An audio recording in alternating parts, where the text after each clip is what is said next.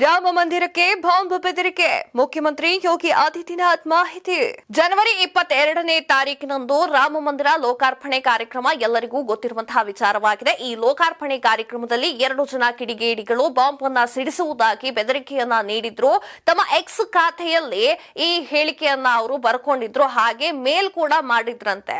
ಇವರನ್ನ ಪೊಲೀಸರ ವಶಕ್ಕೆ ಕೊಡಲಾಗಿದೆ ಅಂತ ಯೋಗಿ ಆದಿತ್ಯನಾಥ್ ಅವರು ಈಗ ಮಾಹಿತಿಯನ್ನ ನೀಡಿದ್ದಾರೆ. ಹಾಗಾದ್ರೆ ಯಾಕೆ ಅವರು ರಾಮ ಮಂದಿರಕ್ಕೆ ಬಾಂಬ್ ಹಾಕ್ತೇನೆ ಅಂತ ಬೆದರಿಕೆಯನ್ನ ಹಾಕಿದ್ರು ಅನ್ನುವಂತಹ ಮಾಹಿತಿಯನ್ನ ನಾವು ಕೊಡ್ತೀವಿ ನೋಡಿ. ಅಯೋಧ್ಯೆ ರಾಮ ಮಂದಿರವನ್ನ ಸ್ಫೋಟಿಸುವುದಾಗಿ ಬೆದರಿಕೆಯನ್ನ ಹಾಕಿದ್ದ 2 ಆರೋಪಿಯನ್ನ ಎಸ್ಟಿಎಫ್ ಬಂಧಿಸಿದ್ದಾರೆ. ಈ ಕುರಿತು ಮುಖ್ಯಮಂತ್ರಿ ಯೋಗಿ ಆದಿತ್ಯನಾಥ್ ಅವರು ಮಾಹಿತಿಯನ್ನ ನೀಡಿದ್ದಾರೆ. ಗೊಂಡಾದ ಕತ್ರಾ ನಿವಾಸಿಗಳಾಗಿರುವಂತಹ ತಾಹರ್ ಸಿಂಗ್ ಮತ್ತು ಓಂ ಪ್ರಕಾಶ್ ಮಿಶ್ರಾ ಅವರನ್ನ ಎಸ್ಟಿಎಫ್ ಬಂಧಿಸಿದೆ. ಆರೋಪಿಯಿಂದ 2 mobile, mail ID, 2 wifi router ಮತ್ತು ಸಿಸಿಟಿವಿ ಡಿವಿಆರ್ ಅನ್ನ ವಶಕ್ಕೆ ಪಡೆದುಕೊಳ್ಳಲಾಗಿದೆ. ಅಯೋಧ್ಯೆ ರಾಮ ಮಂದಿರವನ್ನ ಸ್ಫೋಟಿಸುವುದಾಗಿ ಬೆದರಿಕೆಯನ್ನ ಹಾಕಿದ್ದ 2 ಆರೋಪಿಗಳನ್ನ ಎಸ್ಟಿಎಫ್ ಬಂಧಿತ ಮಾಡಿದೆ. ಈ ಕುರಿತು ಮುಖ್ಯಮಂತ್ರಿ ಯೋಗಿ ಆದಿತ್ಯನಾಥ್ ಅವರು ಮಾಹಿತಿಯನ್ನ ನೀಡಿದ್ದಾರೆ.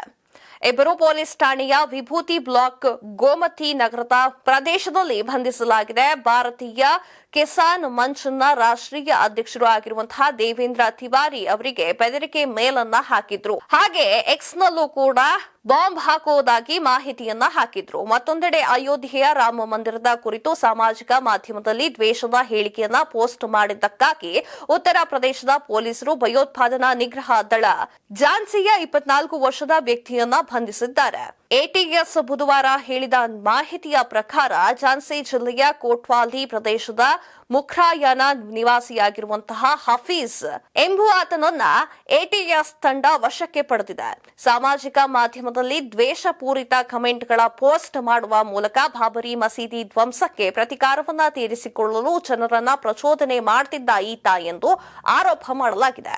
ಬಾಬರಿ ಮಸೀದಿ ಧ್ವಂಸಕ್ಕೆ ಪ್ರತಿಕಾರ ತೀರಿಸಿಕೊಳ್ಳುವ ಹಲವು ಆಕ್ಷೇಪಾರ್ಹ ಪೋಸ್ಟ್ಗಳು ಮತ್ತು ಸ್ಕ್ರೀನ್ ಶಾಟ್ಗಳು ಮುಖ್ರಾನಿ ಅವರ ಮೊಬೈಲ್ ಫೋನ್ನಿಂದ ಹಂಚಲ್ಪಟ್ಟಿದೆ ಅಂತ ಕಂಡುಹಿಡಿದಿದ್ದಾರೆ. ಎಟಿಎಸ್ ಅಪರಾಧಿಗಳ ವಿರುದ್ಧ ಸೆಕ್ಷನ್ 153A ಮತ್ತು ಭಾರತೀಯ ದಂಡ ಸಂಹಿತೆ ಸೆಕ್ಷನ್ 505 ಅಡಿಯಲ್ಲಿ ಪ್ರಕರಣವನ್ನ ದಾಖಲೆ ಮಾಡಲಾಗಿದೆ. ಜನವರಿ 22ರಂದು ರಾಮಲಲ್ಲಾ ಪ್ರಾಣ ಪ್ರತಿಷ್ಠಾಪನೆ ಕಾರ್ಯಕ್ರಮ ನೆರವೇರಲಿದೆ. ಇದೆಷ್ಟೋ ಈ ಹೊತ್ತಿನ ಸುದ್ದಿ. ಮತ್ತಷ್ಟು ಸುದ್ದಿಗಳಿಗಾಗಿ ನೋಡ್ತಾ ಇರಿ ಕರ್ನಾಟಕ ಟಿವಿ. ಇದು ಕನ್ನಡಿಗರ ಧ್ವನಿ. ಈ ಭೂಮಿ ಮೇಲೆ ತಾನಷ್ಟೇ ಉದ್ಧಾರ ಆದ್ರೆ ಸಾಕು, ಬೇರೆಯವ್ರನ್ನ ಬೆಳೆಸೋ ಉಸಾಬರಿ ನಮ್ಗ್ಯಾಕೆ ಅನ್ನೋರ್ ಸಂಖ್ಯೆನೇ ಜಾಸ್ತಿ. ಆದ್ರೆ ಕೆಲವರು ಮಾತ್ರ ತಾನು ಬೆಳೆಯೋದ್ರ ಜೊತೆಗೆ ತನ್ನವರನ್ನು ಕೂಡ ಬೆಳೆಸ್ತಾರೆ. ತಮಗಿಂತ ಎತ್ತರಕ್ಕೆ ಬೆಳೆಯೋಕೆ ಬೆಳಕಾಗ್ತಾರೆ. ಸಾಧಿಸುವ ಗುರಿ ಇದ್ದವ್ರಿಗೆ ದಾರಿದೀಪ ಆಗ್ತಾರೆ. ಇದೀಗ ನಾನು ಇತರರ ಭವಿಷ್ಯಕ್ಕೆ ಬೆಳಕಾಗುವವರ ಸಂದರ್ಶನ ಮಾಡಲು ಹೊರಟಿದ್ದಾನೆ. ಮಿಸ್ ಮಾಡದೆ ನೋಡಿ ಕರ್ನಾಟಕ ಟಿವಿ ದಾರಿದೀಪ.